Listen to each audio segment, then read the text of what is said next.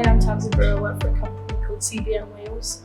Down here in CBM we do a variety of things such as CNC, milling, turning, vacuum casting, 3D printing and many more activities.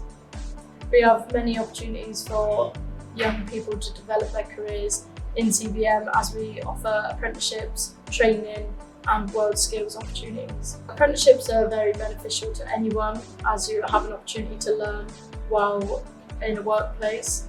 It's a very important step in your career. At the end of my apprenticeship, I am a fully qualified engineer, fully qualified to use different machines and progress in my career then. Within the engineering industry, the biggest challenge is it's very male dominated. I think more women should be open to engineering as it's a great opportunity to learn, develop your skills. When I was in school, I went to a careers advisor who guided me towards engineering and I never looked back. Just go for it. If you were going to have an opportunity to start anything, just dig into it, really go for it.